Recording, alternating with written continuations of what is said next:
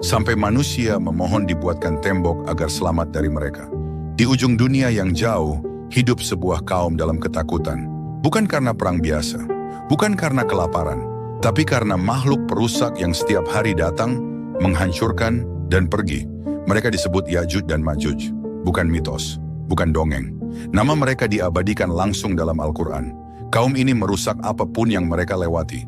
Tanaman hancur, air habis, keamanan lenyap, manusia tidak mampu melawan, senjata tak berarti, benteng runtuh, sampai akhirnya mereka mendengar nama seorang pemimpin, yaitu Zulkarnain, seorang raja yang Allah beri kekuasaan dan ilmu, bukan zalim, bukan sombong, tapi adil dan takut kepada Allah.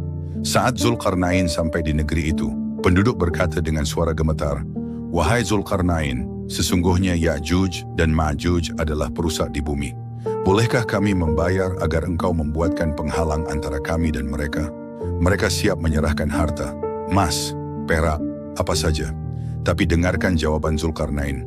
"Apa yang Allah berikan kepadaku lebih baik. Bantulah aku dengan tenaga. Bukan uang yang ia minta, bukan pujian, tapi kerja bersama dan keikhlasan.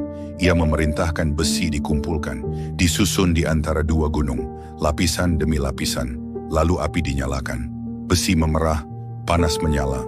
Kemudian tembaga cair dituangkan, dan terbentuklah tembok raksasa yang belum pernah ada sebelumnya. Al-Quran menyebutkan, Ya'juj dan Ma'juj tidak mampu memanjatnya dan tidak mampu melubanginya. Tembok itu bukan hanya kuat, tapi atas izin Allah. Dan Zulkarnain berkata dengan rendah hati, "Ini adalah rahmat dari Tuhanku, bukan karena strateginya, bukan karena kekuatannya, tapi karena Allah." Namun dengarkan bagian yang paling menggetarkan. Apabila janji Tuhanku telah datang, dia akan menjadikannya hancur. Suatu hari, atas izin Allah, Ya'juj dan Ma'juj akan keluar. Dan saat itu, dunia akan gemetar. Rasulullah SAW bersabda, Ya'juj dan Ma'juj akan keluar dalam jumlah yang tak terhitung. Mereka meminum air sampai habis. Mereka merusak apapun yang mereka lewati. Ini bukan kisah untuk ditakuti semata. Ini peringatan bahwa kekuatan manusia ada batasnya. Benteng sekuat apapun akan runtuh jika Allah menghendaki. Dan pelajaran terbesarnya ada di sini. Keselamatan bukan dari tembok, bukan dari senjata, tapi dari iman.